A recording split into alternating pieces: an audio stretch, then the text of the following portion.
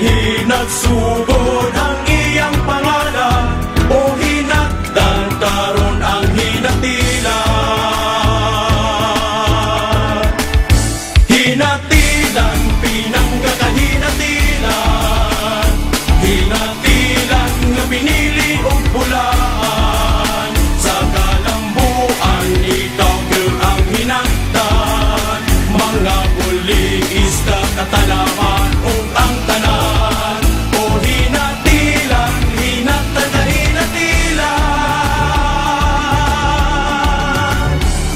Ning ato karong pagtigom, magsadya ta ug magmaya, pasalamatan nato ang kahitasan.